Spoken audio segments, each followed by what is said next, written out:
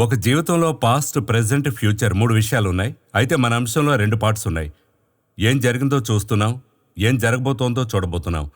ఈ రెండింటిని ఎందుకు చూడాలి నేటి కాల వ్యవధిని బట్టి? సాధారణంగా మనం ఎన్నో సిరీస్ చేసుకుంటూ వస్తున్నాం, అవునా? దేవుడు మనకు అప్పుడప్పుడు ఒక టైటిల్ ఇస్తున్నాడు, లేకపోతే థాట్ ఒకటి ఇస్తున్నాడు. దాని ఆధారంగానే మనం ఇవి చేసుకుంటూ వస్తున్నాం. గతము ఈ దేవుని గృహము మనం చేస్తూ ఉన్నప్పుడు ఒక ముగింపుకు వద్దామని థాట్ వచ్చింది. అవును.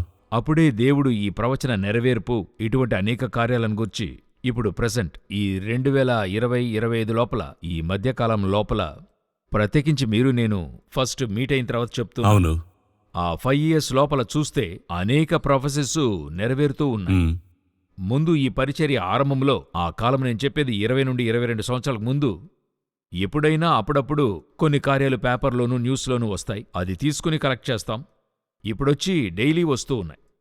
ప్రతిరోజు కూడా కలెక్ట్ చేయడానికే వాటిని సెపరేట్గా స్టోరేజ్ చేయాల్సిన పరిస్థితి. ఆ రీతిలో అంత్యకాలపు కార్యాలు వేగవేగంగా జరగడం చూస్తున్నాం. సో ఇప్పుడు మనం ఒక్కొక్క కార్యాన్ని చూస్తూ వస్తున్నప్పుడు ఆ చర్చెస్కి చూసాం, ఆఫీస్ ఆఫ్ ద చర్చ్ అనేది చూసాం, తర్వాత ఫ్యామిలీస్కి చూసాం. ఇప్పుడు ప్రాఫెసెస్ని మనం చూసే స్థలానికి వచ్చాం. సో ఈ సిరీస్ మనం ఎందుకు జరిగినవి, జరగబోయేవి మనం చూస్తున్నామని అడిగినట్లయితే, ఈ బైబిల్ వచ్చి 2 పార్ట్లు. మీరెప్పుడూ చెప్పే ఆ విషయాన్ని చెప్తారు కదా, బైబిల్లో old testament and new testament. దీన్ని మనము పాత నిబంధన, క్రొత్త నిబంధన అని మనం చెప్పుకుంటాం కదా. అవును. అప్పుడు ఒకటి పాతది, ఇంకొకటి క్రొత్తది. క్రొత్తదంటే ఇక మీదట రాబోయేది. ఒకటి వచ్చిందంటేనే పాతది కదా. మీరు ఒక షర్ట్ తీసుకుంటున్నారు, వేసుకున్నంత వరకు అదేం షర్ట్? అవును, క్రొత్త షర్ట్. అవును, వేసుకున్నారంటే పాత షర్ట్. ఆ విధంగా ఇది క్రొత్త నిబంధన అంటే ఏంటి? New covenant. ఇదే విధంగా ఈ ప్రాఫెసిస్లోనూ ఇందులో చెప్పబడిన విషయాలు 2 భాగాలుగా ఉంటుంది. ఈ వేదవాక్యం యొక్క మహాత్మ్యమే ఏంటంటే, ఒకసారి యేసు మాట్లాడతాడు, అది 2గా జరుగుతుంది. ఫర్ ఎగ్జాంపుల్ నేను చెప్తాను. 17th chapter ఆఫ్ రెవల్యూషన్లో ఉంటుంది. ప్రకటన 17వ అధ్యాయంలో ఒక మృగాన్ని చూస్తాం. యూజువల్గా మనం మాట్లాడాము, బట్ ఇది చెప్పలేదు. 17వ అధ్యాయంలో 9th verse ఉంది, 3వ వచనం, రెండిట్లోనూ ఉంది. అందులో మృగముంటది, దానికి 7 తలలుంటాయి. దానికైన వివరణ అక్కడే ఇచ్చేస్తాడు ఆయన. 17వ అధ్యాయంలోనే ఇస్తాడు. నీవు చూచిన 7 తలలు 7 కొండలు, 7 రాజులను. ఆ తల అనేది ఒక దర్శనం, ఆయనకొక విషన్. దాని వివరణ ఏంటంటే, ఆ 7 తలలన్నది 7 కొండలు, 7 రాజులు. అంటే ఏంటి? ఆ తలను కొండగాను, రాజుగాను చదవాలి. ఒకే వాక్యాన్ని 2 పార్ట్లుగా చదవాలి. అప్పుడు అందులో 2 విషయాలు ఇమిడి ఉన్నాయి. ఈ తల అన్నది దేన్ని సూచిస్తుంది? కొండ దేన్ని సూచిస్తుంది? ఆ రాజులన్నది దేన్ని సూచిస్తుంది? ఇదే విధంగా అన్నిటికిని. మరియు నీవు చూచిన ఆ స్త్రీ భూరాజుల నీలో ఆ మహాపట్టణమే. ఒక స్త్రీని చూపిస్తున్నాడు, సిటీ అని చెప్తున్నాడు, వధువు అని కూడా చెప్తున్నాడు. ఆ విధంగా ఒక్కొక్క దాని వెనుకను 2 పార్ట్స్ ఉంటాయి. మనం ఒక పార్ట్ చూసి దీన్ని కన్క్లూడ్ చేస్తున్నాం. అవును. మరో పార్ట్లోకి వెళ్లాలంటే మరో డైమెన్షన్లోకి వెళ్లాలని చెప్తాం. అవును, అందులోకి మనం వెళ్ళడం లేదు. ఒకవేళ అందులో మనం ఏం చదవగలం? ఆ వాక్యంలో 2 విషయాలు ఇమిడి ఉంటాయి. పాస్ట్ ఉంటది, ఫ్యూచర్ ఉంటది. ఇప్పుడు డానియల్ 11th chapter ఉంది. అందులో వచ్చిన యాంటీక్రైస్ట్ గురించి ఉంటది. యాంటీయకస్ 4 ఎఫెఫెనస్ గురించి ఉంటది. వచ్చే యాంటీక్రైస్ట్ గురించి కూడా అందులో ఉంటది. ఇవి 2 కూడా సెపరేట్ చేసి చదవడానికే హోలీ స్పిరిట్ చెప్పిస్తాడు మనకి. అక్కడే హోలీ స్పిరిట్ యొక్క వర్క్ వెరీ ఇంపార్టెంట్. మనమేం చేస్తామంటే, చదువుతున్నప్పుడు చేర్చి అదే పాత యాంటీక్రైస్ట్కి కలిపి చదివేస్తాం. అప్పుడు మనకి కన్ఫ్యూజ్ అవుతుంది, అయ్యో ఇది అక్కడ సెట్ కావడం లేదే. వచ్చేవాని గురించి కూడా అక్కడ ఉంటుంది. ఇవి 2 వేరు చేయాలి. అదే జరిగింది, జరగబోయేది. ఇవి 2 కనెక్ట్ చేయాలి. ఆ విధంగా ఒక్కొక్క ప్రాఫెసీలోనూ 2 విషయాలుంటాయి. ఈ 2 విషయాలను మనమెలా కనెక్ట్ చేసి చదువుతున్నాం, అది ఎలా అర్థం చేసుకుని డిఫరెన్షియేట్ చేస్తున్నాం అనేటువంటిదే. సో జరిగిన ప్రాఫెసెస్ ఉన్నాయి, దాన్ని మనం చూడాలి. అప్పుడే మనకి అవి సులువుగా విడిచిపెట్టలేము. అయ్యో అదొచ్చి బేస్తోనే దీన్ని చూడాలి. ఇది చూడగలము. మీరు వచ్చిన యేసుని కార్యాలు కాకుండా వచ్చే యేసుని గురించి ఎలా తెలుసుకుంటారు? అవునా? అబ్రహాం లేకుండా అబ్రహాం యొక్క ప్రామిసెస్ ఎలా అర్థం చేసుకుంటారు? సో వచ్చిన ఒక దేవాలయాన్ని గురించి తెలిస్తేనే కదా రాబోయే దేవాలయాన్ని గురించి మీకు తెలుస్తుంది. నేనెప్పుడు చెప్తాను, లేవియాకాండం తెలియకుండా హెబ్రీలకు రాసిన పత్రిక చదవలేరు. చదివినా అర్థం కాదు. సో 2 కంబైన్ చేసి చదువుతాం. డానియల్ బుక్ లేకుండా మీరు రెవల్యూషన్ అర్థం చేసుకోలేరు. 2 మిక్స్ అయ్యి ఉన్నాయి. ఇప్పుడు రీసెంట్ డేస్ లో చూస్తున్నా, జకరియా బుక్ లేకుండా రెవల్యూషన్ మీరు అర్థం చేసుకోలేరు. ఎందుకంటే అందులో ఒక చాప్టరు జకరియా బుక్ లో సంబంధితమై ఉంటాయి. ఆ విధంగా ఒక్కొక్క చాప్టర్లోనూ ఈ విధంగా ఒక ఇంటర్ కనెక్షన్ అనేది ఉంది. సో ఇందులో మనం ఇప్పుడు 2 ముఖ్యమైన విషయాలు, ఒకటి జరిగి ముగిసిన ప్రాసెస్ ఏం జరిగిందనేది మనం చూస్తున్నాం. ఇంకొకటి ఇక జరగబోయేదేంటి, ఇవి రెండును మీరు కనెక్ట్ చేసి చదివితేనే గాని ప్రాఫెసిస్ యొక్క ఆ ఒరిజినాలిటీ దొరుకును. అదే మన అంశం వచ్చి పాస్ట్ అండ్ ఫ్యూచర్ అని చెప్తే, ఫ్యూచర్ అని చెప్తేనే చాలా మందికి ఇంట్రెస్ట్ వస్తుంది. అవును, రేపేం జరుగుతుంది, మనం ఈ ఇల్లు కట్టగలమా, లేదా మన పిల్లలకి మ్యారేజ్ విషయం ఈ లెవెల్ ఒక లెవెల్, మనకు ఉద్యోగం దొరుకుతుందా లేదా మనకి బోనస్ దొరుకుతుందా ఇది ఒక లెవెల్. అయితే బైబిల్ చదవగా అది దాటి స్పిరిచువల్గా దేవుని రాకడ ఎప్పుడు, అది వెతికే ఒక ఫ్యూచర్ గురించి. అది కాకుండా ముందైతే వారిని గురించి మాట్లాడతాం, హిస్టరీ చదువుతాం. అయితే ఇప్పుడు జరుగుతుంటేనే చూస్తున్నాం. ఆ రాబోయేదని చెప్తూ ఉన్నాం, వస్తూ ఉంది, జరగబోతుందన్నాం, జరుగుతూ ఉంది. ఇప్పుడు మీరు చెప్పారు కదా, ఇప్పుడు ఆ ఫ్యూచర్ అంటే ఒక ఇంట్రెస్ట్ ఉంటుంది, అందరికి ఇంట్రెస్ట్ ఉంది, అదొచ్చి డిసేబుల్స్ కి ఇంట్రెస్ట్ గా ఉంది. అది ఎందుకని చెప్తా. ఇప్పుడు మీరు ఎలాగ ఫేస్ చేస్తారో దాన్ని బట్టే మీ ఇంట్రెస్ట్ ఉంటుంది. అవును, ఎగ్జామ్ టైం టేబుల్ ఇస్తున్నారు అనుకోండి, ఎవరది ఇంట్రెస్ట్ గా ఫేస్ చేస్తారనుకుంటున్నారు? బాగా చదివిన అబ్బాయి ఏం చేస్తాడు? అవును, ఎగ్జామ్ వస్తుంది, ముగించి నెక్స్ట్ క్లాస్ వెళ్తున్నాడు. లేదా ఫస్ట్ మార్క్ తీసుకునే వాళ్ళు ఒక ఛాన్స్ దొరికింది, వారు ప్రూవ్ చేయడానికి అది వెయిట్ చేస్తూ. అవును, చదవని వాడు ఎందుకు వస్తుంది అంటాడు, అయ్యో అంతలోనే టైం టేబుల్ ఇచ్చేసారేంటి అనే భయం వస్తున్నట్టు. ఆ విధంగా ఫ్యూచర్ గూర్చిన ఆ సంతోషం ఎవరికి వస్తుందంటే క్రీస్తును సంధించాలి అనే వాళ్ళకు ఉంటుంది. ఎవరికి భయంగా ఉంటదంటే క్రైస్ట్ని సంధించలేని వారికి ఉంటుంది. లేకపోతే క్రైస్ట్ కంటే లోకాన్ని అధికంగా ప్రేమించే వాళ్ళు క్రైస్ట్ని సంధించలేరు. ఓకే, ఇప్పుడు ఒకరు బాగా సంపాదిస్తూ ఉన్నారు, ప్రతి నెల కూడా మీకు ₹1,00,000 పంపుతున్నాడు విదేశాల నుండి. ఆయన పని వదిలి వస్తున్నాడంటే మీకు ఎలాగుంటది? ఎందుకురా వస్తున్నాడు? ఎందుకు వస్తున్నాడు? మంచిగా జీతము నెల నెల ₹1,00,000 పంపుతున్నాడు. మరో ప్రశ్న అడుగుతాం, ఎందుకు వచ్చేస్తున్నారు అని అడుగుతాం కదా. ఆ విధంగా అది అతని మీద ఉన్న ప్రేమను బట్టి కాదు, అది ఇవ్వడం వల్లే. ఇప్పుడు క్రైస్ట్ నుండి పొందుకునే కాలం, అన్ని పొందుకుని సెటిల్ అయ్యే కాలం. అప్పుడు వీళ్ళకి ఆయన వస్తున్నాడంటే ఇక ముగిసింది. దీనికిపైన ఏమి? వారి వారి క్రియలకు తగిన రివర్డ్స్, జడ్జిమెంట్, ఆ తీర్పు వస్తుంది. ఇచ్చినంత వరకు లెక్క అడుగుతాడు, ఇంతవరకు ఇచ్చాడు, ఇక మీదట లెక్క అడుగుతాడు. సో ఈ పొందుకుని లెక్కలేని వానికి ఇక మీదటే భయం ఉంటుంది. వాళ్లే రాకడా అవి చెప్తే భయపడతారు గాని 2000 సంవత్సరాల తర్వాత తండ్రిని చూడబోతున్నా, నేను పరలోకానికి వెళతానన్నది ఎంత గొప్ప విషయం. అప్పుడు మనకి సంతోషంగానే ఉంటుంది ఫ్యూచర్. డిసైపుల్స్ ని గమనిస్తే డిసైపుల్స్ ఒక ప్రశ్న వేస్తున్నారు.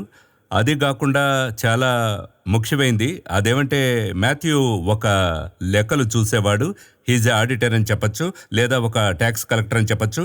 బేసిక్గా అకౌంట్స్ మ్యాన్. ఎప్పుడు కూడా ఈ అకౌంట్స్ పీపుల్ అయితే పాస్ట్ చూస్తారు, ప్రెజెంట్ చూస్తారు. ఇదంతా వేస్తేనే ఫ్యూచర్ ఎలా ఉంటుందని చెప్తారు. మూడు కలిసే చూసేవారు, లెక్కలు చూసేవారు. బ్యాలెన్స్ షీట్ అని అంటారు. బ్యాలెన్స్ షీట్ అనేది పాస్ట్ ప్రెజెంట్ చూసి లెక్కలు ముగిస్తారు. మత్తయికి చాలా ముఖ్యంగా అది ఆయనను పిలిచి కొన్ని విషయాలు ఆయన రికార్డ్ చేస్తున్నాడు. ఈ మాథ్యూ బుక్కే ఒక డీప్ అయిన పుస్తకం. అయితే మనం మాథ్యూ 24లో ఇప్పుడు మనం మాట్లాడే సబ్జెక్ట్ వస్తుంది. ఈ మాథ్యూ 24ని సహజంగా అందరూ చదువుతారు. అయితే మనం ఈ కార్యక్రమంలో, ఈ వచ్చే సిరీస్లో ఒక్కొక్క పార్ట్ని మనం ఎక్స్ప్లెయిన్ చేస్తే బాగుంటుంది. బట్ ఎందుకు ముఖ్యంగా మాథ్యూని కొన్ని కార్యక్రమాలు చాలా వ్యత్యాసంగా, ఆయన చాలా చూడడం మాత్రమే కాదు, ఆయన రాసేది ఒక ఇంట్రెస్టింగ్గా రాస్తున్నాడు. ఎలా ఈ మాథ్యూని అర్థం చేసుకోవాలి? మనము ముందుగానే బుక్ ఆఫ్ మార్క్ గురించి మాట్లాడాము, లూక్ గురించి మాట్లాడాము, బట్ మాథ్యూ గురించి మాట్లాడలేదు. మనం దానికి ఛాన్సెస్ మనకి దొరకలేదు. మాథ్యూ యొక్క పర్స్పెక్టివే వేరే విధంగా ఉంటుంది. ఏంటి డిఫరెంట్ గా ఉంటుంది. ఇప్పుడు ఫర్ ఎగ్జాంపుల్ లూక్ వచ్చి థియోఫిలస్ అనే వ్యక్తికే రాస్తున్నాడు. ఆయన ఒక రోమన్ అడ్వకేట్, చాలా క్లియర్ గా ఆయన చెప్పినట్లు రాస్తున్నాడు. ఇప్పుడు అదే విధంగా మార్క్ పుస్తకం వచ్చి జెంటైల్స్ కి రాయబడింది. ఆ విధంగా ఇప్పుడు యోహాన్ వచ్చి గ్రీక్ వారికి బేస్ చేసినట్టు, అంటే లిటరల్ గా అందరికీ ఎవరికి రాస్తున్నాం అనేది. అవును. అయితే జాన్ బుక్ ట్విస్ట్ గా ఉంటుంది. ఒక విషయం మీరు చెప్తూ ఉంటారు, ఒకరు రాస్తున్నారంటే అది ఎక్కడికో పోతుంది. అవును, అట్లే మరొక విషయానికి వెళ్ళిపోతుంది. ఇప్పుడు ఎఫ్ఎస్సీలకు రాసిన పత్రిక అనేది ఉంది. అయితే ఆ బుక్ ఎఫ్ఎస్సీలకే, బట్ అందరికీ వర్తిస్తుంది. అవును. అదే విధంగా వీళ్ళు ఎవరికి రాస్తున్నారనేది ఉంది, అయితే అందరికీ వర్తిస్తుంది. అయితే మాథ్యూ ఎవరి కోసం లెక్క రాస్తున్నాడు? ఫర్ జ్యూస్, ఇంకా చెప్పాలంటే ట్రెడిషనల్ జ్యూస్. ఓహో, వాళ్ళు మరి మెస్సియా కొరకు వేచి ఉన్నవారు, ఆయన్ని కింగ్ గా చూడాలనుకుంటున్నారు. చూస్తున్నారు కదా, మా మెస్సియా కింగ్ గా వస్తున్నాడని. ఆ కింగ్ గా చూడాలనుకున్న వాళ్ళకే రాస్తూ ఉన్నాడు. మెయిన్ ఫోకస్ గా రాస్తాడు. ఈ రోజు కూడా ఆ వేలింగ్ వాల్ దగ్గర ఆ యూదులైతే వెయిట్ చేస్తున్నారు, మెస్సియా రమ్ము అని అంటున్నారు. సో అలాంటి గ్రూప్ కి రాస్తున్నాడని అనుకోవచ్చా? ఈనాటికి అన్నప్పుడు ఎంతవరకు రిజిస్టర్ చేయాలనుకుంటున్నా? ఇప్పుడు ఒక వార్ స్టార్ట్ అయ్యి అది జరిగింది కదా. అవును. ఆ వార్ స్టార్ట్ అయినప్పుడు చూస్తే ఈనాటి ప్రధాని బెంజమిన్ నెతన్యాహు ఆ వేలింగ్ బాల్ దగ్గరికి వెళ్ళి ప్రేయర్ చేసి స్టార్ట్ చేశాడు. అక్కడికి వెళ్ళాడు ఆయన. సో ఆ లెవెల్ కి వాళ్ళకి ఆ వేలింగ్ బాల్, ఆ మెస్సియా యొక్క ఎదురుచూపు వారికి అధికంగా ఉంది. ఈ యూదులు ఈ మాథ్యూ బుక్ ని చదివితేనే ఆ మెస్సియా యొక్క పర్స్పెక్టివ్ లోనే ఉంటుంది, ఆయన్ని కింగ్ గా చూపిస్తుంది. యూదులొచ్చి కొన్ని విషయాలను అది ఏం చెప్తారు, ఎంతో పరిశుద్ధంగా చూస్తారు. తమ నోటితో కూడా యూజ్ చేయకూడదు, ఆ మాట పలకకూడదు, మరి దేవుని పేరు ఉచ్చరించకూడదు అనుకునేవాళ్ళు. జైన్ అనే మాట ఎంతో ఈజీగా త్వరలో వాళ్ళు యూజ్ చేయరు. సో ఆ విధంగా ఉంటుంది. ఆ పర్స్పెక్టివ్ లోనే మాథ్యూ వెళ్తుంది. మాథ్యూ థింకింగే ఆ విధంగా ఉంటుంది. పరలోక రాజ్యం సమీపంగా ఉంది. మీరు చూస్తే లూకాలో పలుచోట్ల దేవుని రాజ్యం అని ఉంటది, కానీ ఇందులో మాత్రం పరలోక రాజ్యం, హెవెన్లీ కింగ్డమ్ అని రాస్తూ వెళ్తాడు. అది కాకుండా స్టార్టింగ్ లో జీనియాలజీ ప్రకారం అలాగే వస్తాడు. అబ్రహాం నుండి ఆరంభించి ఆయన ఎటువైపుగా వస్తాడంటే డేవిడ్ నుండి సొలొమోన్ వైపుగా వస్తాడు. కింగ్డమ్ పర్స్పెక్టివ్ లోనే వస్తాడు, కింగ్ లోనే వస్తాడు.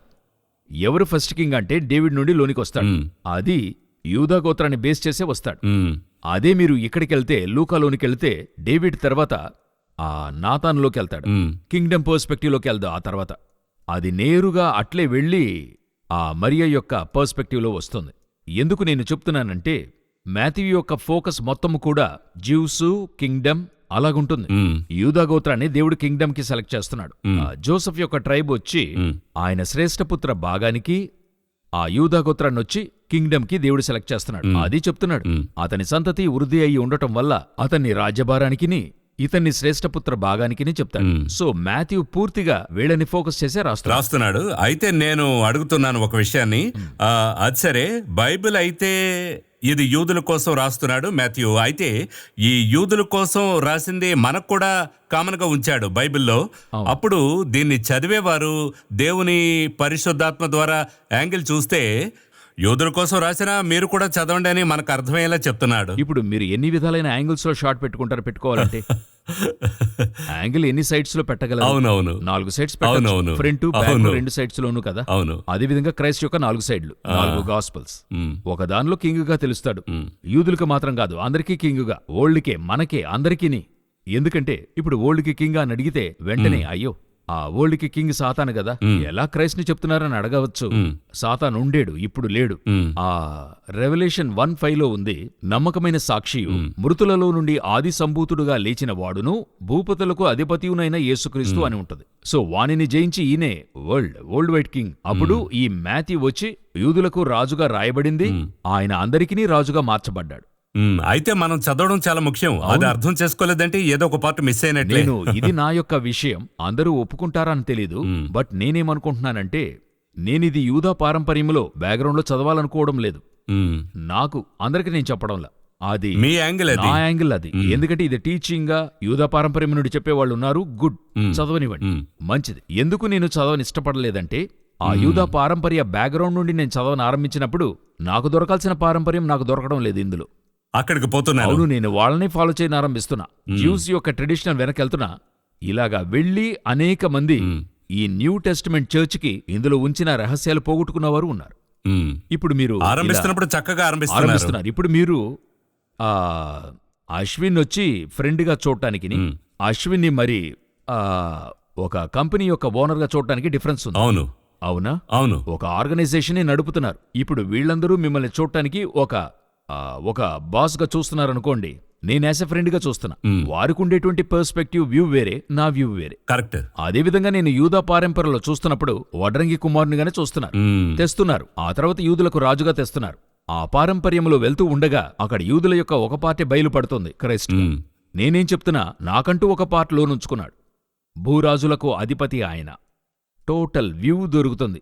అలా చదువుతున్నప్పుడు నేను తిరిగి చెప్తున్నాను, ఇది నా వ్యూ మాత్రమే. ఎవరునూ ఈ విధంగా యూదా పారంపర్య బ్యాక్గ్రౌండ్ లో వాని కొరత చెప్పడం లేదు. That's good. అది ఒక చదువు, పాఠము చదవని మంచిది. నా మట్టుకైతే నాకంటూ ఒక స్టఫ్ ఇందులో ఉంచుంటాడు జెంటైల్స్ కి, అదే నాకు కావాలి. సో ఆ ఆధారంతో చూస్తున్నప్పుడు ఇది న్యూ టెస్టిమెంట్ చర్చ్ కి మనము ఇది ఏ పారంపర్య బ్యాక్గ్రౌండ్ లోనూ తెలుసుకోవడం మంచిదని చెప్తున్నా. అర్థమైంది. మనం చదవవలసింది దీని యొక్క యాంగిల్లో యూదా రాజుగా చదవడం కంటే భూరాజులకు అధిపతిగా చదవడం అనేది ఇందులో నుండి అధిక విషయాలు పొందొచ్చనేది నా అభిప్రాయం. మత్తయి ఒక యూదుడేగా.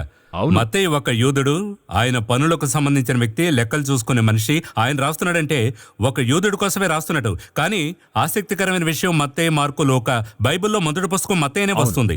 పరిశుద్ధాత్మ దేవుడు చక్కగా అమర్చారు. ఎందుకంటే ఇది మొదటి, దీన్ని చదివిన తర్వాతే లోపలికి రండి గాస్పెల్ అన్నట్టు. మొదట రాసింది మార్కే. అవును, ఫస్ట్ మలాకి తర్వాత మలాకి తర్వాత రాయబడింది మార్కే. కరెక్ట్ గా లింక్ అవుతుంది. అవును.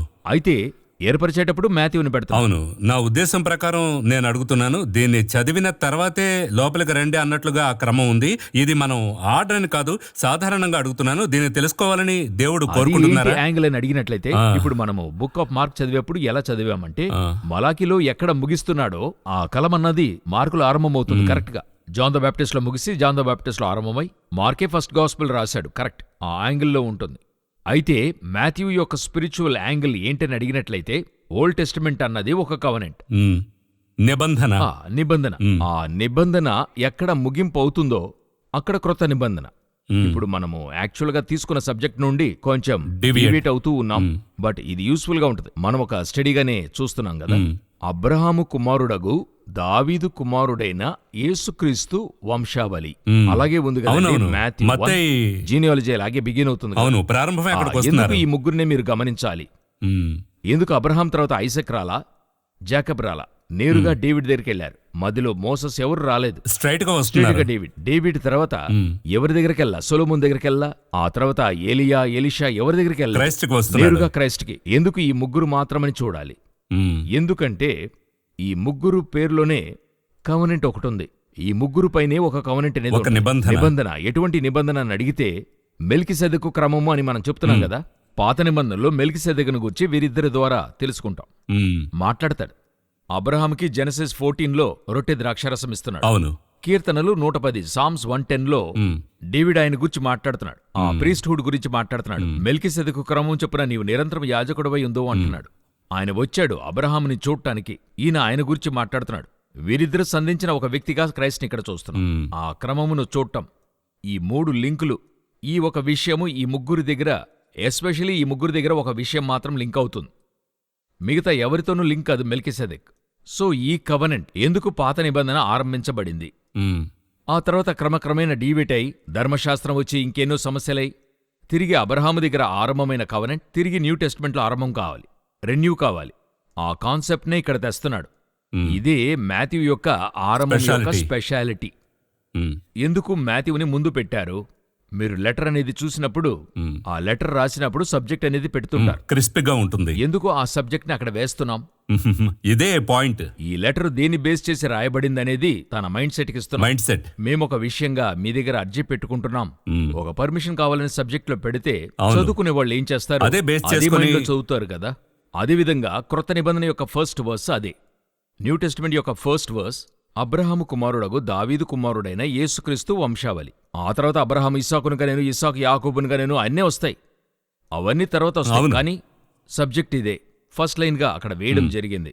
ఇక మీరు ఈ మోటివ్తోనే చదవాలి. అబ్రహాముకి, దావీదుకి, క్రైస్ట్కి ఏంటి కనెక్షన్? సబ్జెక్ట్ ని లెటర్ ఆ కోణంలో చదువుతారు కదా. మీరు ఆ మోటివ్ లో న్యూ టెస్టిమెంట్ చదవాలి. అలా చదివితే టోటల్ న్యూ టెస్టిమెంట్ మీకు మెల్కిసెదెకు క్రమము చొప్పున ఉన్న డైమెన్షన్ లో మీకు దొరుకుతుంది. అందువల్ల ఆ సబ్జెక్ట్ అక్కడ వేయడం జరుగుతుంది. ఇప్పుడు అదే మాథ్యూ యొక్క స్టార్టింగ్. ఇప్పుడు మనం ఎందుకు మార్క్ని ఫస్ట్ తేకుండా దీన్ని తేవడానికి రీజన్ ఇదే. మనం కాదు, పరిశుద్ధాత్ముడు ఎందుకు తెచ్చాడంటే, సో ఆ ఓల్డ్ టెస్టిమెంట్ ఏ కార్యం యొక్క ఎండ్గా ఉందో ఇది దాని స్టార్టింగ్గా ఉంది. అది పాతది, ఇది ఫుల్ఫిల్మెంట్. అక్కడ ఏవేవన్నీ మిస్టేక్ అయ్యి డివియేట్ అయ్యాయో అన్ని కరెక్షన్ యొక్క ఆరంభం ఇక్కడ చూడగలం. క్రైస్ట్ నెరవేరుస్తున్నాడు, అదే న్యూ టెస్టిమెంట్. సో మాథ్యూ యొక్క గాస్పల్ ఈ ప్యాటర్న్ లోనే ఉంటుంది. ఆయన చూస్ చేసుకున్న విధానం, పలు డిసైపుల్స్ ని చూస్ చేసుకున్నప్పుడు చాలా స్పెసిఫిక్ గా మాథ్యూకి ఒక అసైన్మెంట్ చాలా స్పెసిఫిక్ గా ఉంది. అవును, అంటే మీరు ప్రొద్దస్తూ ఒక మాట చెప్తుంటారు. అది ఏంటంటే, నేను వెళ్ళిన రూటే వేరు, దేవుడు నన్ను ఏం చేశాడు తీసుకొచ్చి చూస్ చేసి అలా ఉంచాడు. అదే మీ ఇన్బిల్ట్ పిలుపు. మీకోసం దేవుడు ఉంచినటువంటి ఇన్బిల్ట్ పిలుపు. మిమ్మల్ని ఎందుకు ఈ లోకానికి దేవుడు తీసుకొచ్చాడనే రీజనే అది. మ్మ్. మధ్యలో మీరైతే తర్షీష్కి వెళ్తా అక్కడ ఇక్కడ అని పరిగెత్తవచ్చు. అవును, తిరిగి మిమ్మల్ని చేపకడుపులో వేసి ఎక్కడ తీసుకొచ్చి నిలబెడతాడు? నినివేలో నిలబెడతాడు. ఎందుకంటే ఆయన ఆల్మైటీ గాడ్, సర్వశక్తిమంతుడైన దేవుడు. కింగ్ ఒకటి చెప్తే అదే కదా జరుగుతుంది. అవును. ఏది మార్చి జరగదు కదా. ఓల్డ్ కింగ్కే అలాగుంటే హెవెన్లీ కింగ్కే అలాగుంటుంది. నా జీవితంలోనేమి మీ జీవితంలో కూడా ఆ విధంగానే కదా. మీరేదో చదువుకోవాలని ఎక్కడికో వెళితే మీరు ఆ టెస్ట్ మని చెప్తున్నప్పుడు నేను విన్నాను. ఏదో ఒక కాలేజీలో ఫీజు కట్టి చివరికి ఆ కాలేజీలో ఫీజు ఇమ్మని చెప్పి మీరు ఇక్కడికి వచ్చి నేనెక్కడో పనికి వెళ్ళి తిరిగి నన్ను ఇక్కడికి తీసుకొచ్చి, సో ఆ హెవెన్లీ కింగ్డమ్ ప్లాన్ నుండి మీరు నేను ఎక్కడికి వెళ్ళలేం. అయితే ఏంటి ఆయన దగ్గర స్పెషాలిటీ? మీరు ఆశపడుతున్నారు, సరే వెళ్ళి రమ్మంటాడు. సరే ఏదో బిడ్డ పోతున్నాడు అని. అలాగంటే నేనేమనుకుంటాను, ఒకవేళ మనం వెళ్లకుండా వచ్చామనుకోండి, మనసులో ఉంటూ ఉంటది అక్కడికి వెళ్ళుంటే గొప్పవాడై ఉండొచ్చు, అక్కడికి వెళ్ళుంటే సూపర్ గా ఉండేది, దీనికి బదులు అక్కడే ఉండుండొచ్చు అని ఎప్పుడో ఒక థాట్ రాకూడదని అక్కడికి వెళ్ళి రా. ఇప్పుడు మీకు ఆ థాట్ రానే రాదు కదా. మీకు ఎప్పుడైనా అనిపిస్తుందా నేను ఆ ఫీజు కట్టిన కాలేజీలో చేరుంటే బాగుండేది కదా? నిజంగా ఖచ్చితంగా రాదు. ఈనాటికే అనిపించదు నేను యూకేలోనే ఉండుంటే బాగుండేదే అని. ఈనాటికి అనిపించదు. మంచి వేళ వచ్చేసాను అనిపిస్తుంది నాకు. ఎందుకంటే దేవుని దయలో మనల్ని కాపాడాడు. ఆ విధంగానే దేవుని యొక్క కార్యాలు ఒక్కొక్కరిలోనూ ఇన్బిల్ట్ గా ఉంటుంది. ఎందుకోసరము అనేటువంటిది. మాథ్యూ ఇందు నిమిత్తం వచ్చాడు భూమికి. ఈ విధంగా ఒక్కొక్కరి జీవితంలో ఉంటది. అందులో మాథ్యూ ఈ కాన్సెప్ట్ కొరకు తేబడ్డాడు. యోచించండి, ఆ ప్లాన్ కోసం ఆయన మరి ఒక ట్యాక్స్ కలెక్టర్ గా ఉంటూ ఉండేడు. ఆయన ట్యాక్స్ కలెక్టర్ గా ఉండి దాన్ని బట్టి ఇక్కడ ఏదైనా రాయబడిందా అంటే చూసి చేస్తున్నాడు. చాలా ఇంట్రెస్టింగ్ గా ఉంది. ట్యాక్స్ కలెక్టర్ గా ఉండిన దాన్ని బట్టి ఇక్కడ ఏదన్నా ఆ బైబిల్ ఏదైనా విషయాలు రాశాడా అంటే మనకి మోటివ్ యేసుని గురించి తెలపడం మాత్రమే. అదే ఫోకస్ చేస్తున్నాడు ఆయన. సో మాథ్యూ యొక్క బ్యాక్గ్రౌండ్ బాగుంటది. ఎందు నిమిత్తం తేబడ్డాడో అది చేసి ముగించాడు. మాథ్యూ గురించి చాలా చెప్పాం. ఇప్పుడు నేను సబ్జెక్ట్కి వస్తున్నాను. మన అంశం ఇంట్రెస్టింగ్ అయిన అంశం ఇది. చాలా ప్రేక్షకులు దీనికోసం చాలా వెయిట్ చేస్తున్నారు. ఎందుకంటే మనం తరచుగా మన కార్యక్రమాలు చూస్తున్నారు. అంతేకాదు చాలా మందికి షేర్ చేస్తున్నారు. పలు దేశాల నుంచి చూస్తున్నారు. పాస్ట్ అండ్ ఫ్యూచర్ అని మనం వేశాం. మాథ్యూ 24లో పాస్ట్ ఉంది, ఫ్యూచర్ కూడా ఉంది. ఈ మాథ్యూ 24 మాత్రం ఒక యూనిక్గా ఉంది. ఇది ఎంతసేపైనా మీరు చదవండి, ఎంతసేపు చదివినా, ఎన్నిసార్లు చదివినా మాథ్యూ 24 అయితే మనం చదవడం అనే ముఖ్యంగా ఫ్రెష్గా పలు ఆలోచనలు పరిశుద్ధాత్ముడు పైకి తీసుకొని వస్తున్నాడు. తీసి చదువు అని. ఈ మాథ్యూ 24ని ఎలా అనుసరించాలి, ఏ అప్రోచ్లో మనం చూడాలి? ఇప్పుడు దేవుడు నాకు బయలుపరిచిందే నేను చెప్తాను. ప్రతి ఒక్కరికి పర్స్పెక్టివ్ ఉంటుంది. ఎందుకంటే ఇదొక ఓషన్, బైబిల్ ఒక ఓషన్. ఒక్కొక్కరు ఏ యాంగిల్ నుండి వల వేసి ఏ చేప పడుతున్నారనేదే కదా. నేను పట్టేదే చేప ఇదే సముద్రంలో ఉందని చెప్పను. అంటే నేను ఒక వేరేవాడని అర్థం. నేను చదివినప్పుడు దేవుడు నాకు బయలుపరిచింది చెప్తాను. ఈ మాథ్యూ చదువుతున్నప్పుడు నాకు 2 విషయాలు తెలిసాయి. ఒకటి క్రైస్ట్ 2గా ఉన్నాడు. ఒకటి కింగ్డమ్, మరొకటి ప్రీస్ట్హుడ్ 2గా ఉన్నాడు. King and priest. ఇందులో మీరు బాగా గమనించినట్లయితే క్రైస్ట్ కింగ్ గా రావడం చూడగలము. దేవాలయాన్ని గురించి ఉంటుంది, ప్రీస్టుడ్ గురించి ఉంటుంది, టెంపుల్ గురించి ఉంటుంది, కింగ్డమ్ ప్రీస్టుడ్ రెండింటిని గురించి ఉంటుంది. ఇందులో టెంపుల్ అంటే ఏంటి, అందులో ఈయన పాత్ర ఏమై ఉంది, ఈయన కింగ్ అన్నప్పుడు ఈయన ఏం చేస్తాడు, ఈ 2 కాన్సెప్ట్లు కూడా ఇందులో మనం చూడగలం. చూడండి, ఇదొక వ్యూ. ఇలా చదువుతాం మనం. ఒక ఉదాహరణకి ఆరంభంలో 2-3 వచనాలు మీరు చూస్తే దేవాలయం గురించిన విషయాలు చెప్పుకుంటూ వస్తూ అలా చెప్తున్న సందర్భంలో ఆరంభంలో రాతి మీద రాయి ఒకటైనా అని దేవాలయం గురించి చెప్తూ ఉన్నాడు. ఎక్కడ తీసుకొచ్చి కరెక్ట్ గా ముగిస్తున్నాడంటే 31వ వచనంలో, మరియు ఆయన గొప్ప బూరతో తన దూతలను పంపును, వారు ఆకాశము యొక్క ఈ చివర నుండి ఆ చివర వరకు నలుదిక్కుల నుండి ఆయన ఏర్పరచుకొనిన వారిని పోగు చేతురు. అంతటితో ముగించి ఆ తర్వాత పారబుల్లోనికి వెళ్తారు. సో అలాగా క్రైస్ట్ యొక్క కమింగ్, సెకండ్ కమింగ్ తో ముగిస్తుంది. దేవాలయం పడగొట్టడం ఆరంభమై క్రైస్ట్ సెకండ్ కమింగ్ తో ముగిస్తుంది. ఇదే ఈ మాథ్యూ చాప్టర్ యొక్క బేస్ మీరు అర్థం చేసుకోవడానికి. దేవాలయం పడగొట్టబడింది ఎప్పుడు? క్రీస్తు శకం 70లో టైటస్ ఆ రోమ చక్రవర్తి పడగొట్టించాడు. అక్కడి నుండి క్రైస్ట్ యొక్క సెకండ్ కమింగ్, బహిరంగ రాకడ, ఆర్మగెదోన్ యుద్ధానికి వస్తున్నాడు, ప్రకటన 16:16. అంతవరకు సంఘటనల యొక్క సేకరణే మాథ్యూ. ఈ ఒక యాంగిల్ మనం అర్థం చేసుకోవాలి. రెండవది, మాథ్యూని చదివి వాళ్ళకి యాజ్ ఒక స్టూడెంట్గా చదవాలని ఇష్టపడుతున్నాను. ఆ బుక్ని చదవాలని ఇష్టపడే వారికి ప్రత్యేకించి 24th చాప్టర్ అలా చదవాలంటే 3 పార్ట్లుగా అది చూడొచ్చు. ఇంకా చెప్పాలంటే 4 పార్ట్లుగా చూడొచ్చు. కానీ మెయిన్ 3, 1-8. మొదటి వచనము నుండి 8వ వచనం వరకు ఒక పార్ట్. ఇంతవరకు చూసినట్లయితే ఒక బ్రేక్ ఇవ్వడం జరుగుతుంది అక్కడ. ఇప్పుడు మనం డానియల్ 70 వీక్స్ ని 3 భాగాలుగా చూడాలి. అవునా? 7 వారాలు, 62 వారాలు, 1 వారం 3గా భాగిస్తాడు. ఇక్కడ కూడా 3 భాగాలుగా భాగిస్తాడు. 1-8 ఒక బ్రేక్ ఉంటుంది. తర్వాత 9-14 ఒక బ్రేక్ ఉంటుంది. తర్వాత 15-31 ఒక బ్రేక్ ఉంటుంది. 32 నుండి 51 వరకు ఈ 3 బ్రేకుల యొక్క ఎక్స్ప్లెనేషన్ ఉంటుంది. ఆయనే చెప్తున్నాడు. ఆయనే చెప్తున్నాడు. ఇవి అలాగే ఉంటుంది, మీరు చదివితే తెలుస్తుంది. మొదటిగా 8వ వచనం వరకు వేదనలకు ప్రారంభము అనే విషయంతో ముగించబడుతుంది. ఆ తర్వాత యాంటీక్రైస్ట్ గవర్నమెంట్ యొక్క ఫస్ట్ 3.5 years గురించి ఉంటుంది. అలా 40th verse వరకు మనం చూస్తాము. 15th verse లో యాంటీక్రైస్ట్ లోనికి రావడం చూస్తాం. అతడు లోనికి ప్రవేశించేది ఉంటుంది. అక్కడి నుండి అతన్ని మరి ఓవర్కమ్ చేసి లేక అతన్ని జయించి క్రైస్ట్ ఎలాగొచ్చి ఇక్కడ పరిపాలిస్తాడు, రాజ్య పరిపాలన గురించి అక్కడ ఉంటుంది. మన అంశానికి అన్ని ఇందులో ఉన్నాయి, పాస్ట్ అండ్ ప్రెసెంట్, అవును, అండ్ ఫ్యూచర్ అన్ని కూడా. ఈ వచనాలు 31 వచనాల్లో ఇంతవరకును బైబిల్లోనే ఒక బైబిల్ ఉంది. టోటల్ గా మీరు ఒక కాన్సెప్ట్ ని ఫుల్ గా ముగించగలరు. సో జరిగిన కార్యాలు ఉన్నాయి, జరుగుతున్న కార్యాలున్నాయి, జరగబోయే కార్యాలున్నాయి. సో ఇక్కడ ఈ యొక్క చదువుకునేవారు, చదివేవాళ్ళు ఇది 3 పార్ట్లుగా మీరు చదివినట్లయితే ఈ విషయాలు అర్థమవుతాయి. 32వ వచనం నుండి ఆ ఎక్స్ప్లెనేషన్స్ నోట్స్ మనం ఇస్తాం కదా, ఇవి చదువుకోవాలని ఒక హింట్ ఇస్తాం కదా, ఆ విధంగా హింట్స్ ఇక్కడ చెప్పబడ్డాయి. ఇప్పుడు ప్రేక్షకులకు మనం ఏం చెప్తున్నామంటే, నేను అర్థం చేసుకున్నది ఏంటంటే, ఇది ఇంట్రడక్షన్, ఈ కార్యక్రమం ఫస్ట్ ఇంట్రడక్షన్. కానీ ఇది తరచుగా చూసేవారికి, ఇది మాథ్యూ 24 ఒక స్టడీగా చూసేవారికి ఇకపై రాబోయే ఎపిసోడ్స్ చాలా ఇంట్రెస్టింగ్గా ఉంటాయి. అందుకని మనం పేపర్ పెన్ దాటి ఇది వారి మనసులో రాసుకోవాలి. అవును, ఎందుకంటే మనం పేపర్ పెన్ అని చాలా చెప్పాం. ఇప్పుడు చాలా మంది పేపర్ పెన్లో రాసుకుని పేపర్ వెతుకుతున్నారు. అందుకంటే మనసులో రాసుకుంటే వెతకనవసరం లేదు. 1-2 సార్లు వీళ్ళు ఈ ప్రోగ్రామ్ చూడాలనుకుంటున్నారు. ఎందుకంటే ప్రోగ్రామ్ వ్యూస్ కోసం నేను చెప్పడం లేదు, ఇవన్నీ కూడా లెసన్ లాగా, టీచింగ్. సో ఇది చదవాలంటే ఒకసారి కాదు, ఇప్పుడు మన స్కూల్లో చదువుతున్నాం, ఇంటికి వచ్చి ఒకసారి చదువుకుంటున్నాం కదా, ఆ విధంగా 1-2 సార్లు చూసినప్పుడు అది రిజిస్టర్. కరెక్ట్. మరో కార్యక్రమంలో మనం ఏం చేయబోతున్నామంటే, ఈ 24ని డీప్ గా చూడబోతున్నాం. అప్పుడు మీరు చెప్పేది చూస్తే, సరే ఇదంతా నేను తెలుసుకుంటున్నాను, చివరిగా ఒక ప్రశ్నతో ముగిస్తాను, దీన్ని తెలుసుకోవడం ద్వారా మీ స్పిరిచువల్ జీవితం ఎలా మారుతుందని ప్రశ్నించే వారికి ఏం చెప్పాలనుకుంటున్నారు? ఇది మీరు ఒక విషయాన్ని తెలుసుకోకుండా మీరు సిద్ధపడలేరు కదా. ప్రిపరేషన్ కే బేస్. అవును, మీరొచ్చి అక్కడికి వెళ్ళడానికి రెడీ చేస్తున్నారు. విషయం ఉందని తెలిస్తే, రేపు ఉదయం ఆఫీస్కి వెళ్ళాలని తెలిస్తే కదా ఈరోజు షూ పాలిష్ చేసి పెడతాం. అవునా? అవును. ఇప్పుడు రేపు పనే లేదు, ఏం లేదంటే మీరు ఏం చేస్తారు?